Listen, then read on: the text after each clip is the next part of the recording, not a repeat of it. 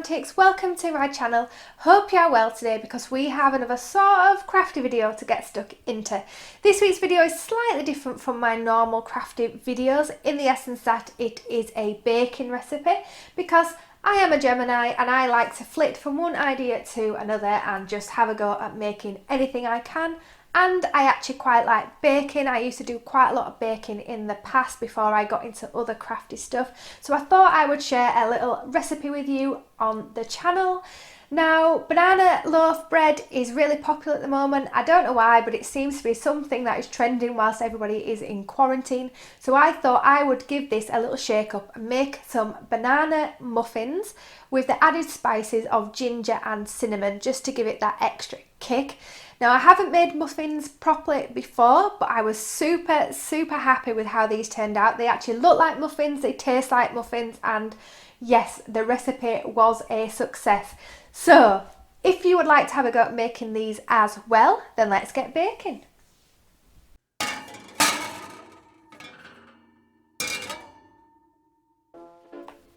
So, to make these delicious banana muffins, you are going to need 3 large ripe bananas, 1.5 cups of plain flour, 1/3 cup of vegetable oil, I'm using olive oil here, 1/2 cup of castor sugar, 1 egg, 1 teaspoon of vanilla essence or extract, 1 teaspoon of baking powder, 1/2 teaspoon of bicarbonate of soda, a teaspoon of cinnamon and a teaspoon of ginger.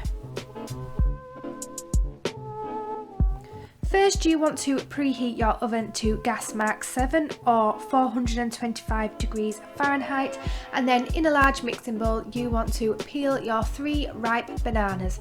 As you can see here, mine are pretty grim. You wouldn't want to be eating these, they are perfect for adding into the muffins. Then with a fork or a potato masher, just something that you can mash them with, give your bananas a really good mashing so that they are nice and pureed and a bit more liquidy. You then want to add to the mashed banana the 1/3 cup of olive oil or vegetable oil, followed by the castor sugar and then the egg. And finally, you want to add in the vanilla essence or extract and then give the mixture a really good mix up together so that all of these ingredients are combined as one.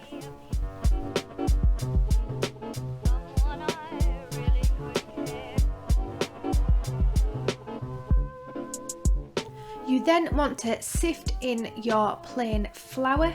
Do this gradually and fold it into the mixture. You need to be careful that you don't overwork your muffin batter.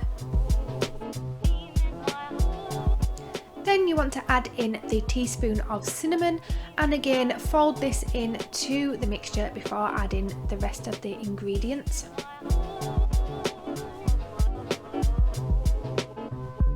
After this, add in your teaspoon of ground ginger, again folding it into the mixture.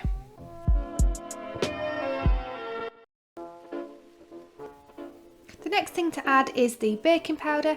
I used a sachet one because this is measured out as a teaspoon and just saves a bit of hassle of trying to measure it out. Again, you want to fold this in until it is fully combined, and then you're moving on to adding in your 1/2 teaspoon of bicarbonate of soda. Again, give this a really good mix in, you want it to be fully incorporated. And then you want to leave the batter for 15 to 20 minutes, cover the bowl with a clean tea towel. This just lets the batter settle and prove type thing before you spoon it into your waiting muffin cases. Now I am using a ice cream scoop here just to give a little bit more control in scooping it in, but you can just use a regular spoon. You want to fill up the muffin cases till nearly the top. This is a bit different to how you would a bun, so make sure you fill the cases as full as you can.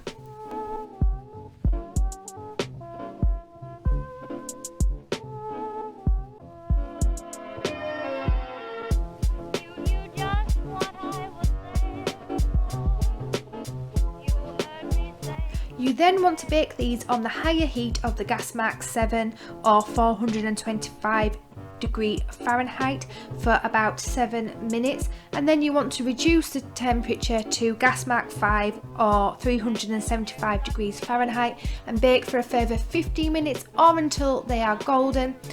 To test that they are properly done, you want to pop a toothpick through, and if it comes out clean and without much of the gooiness, then your muffins are ready. Set them aside on a cooling rack and your muffins are ready.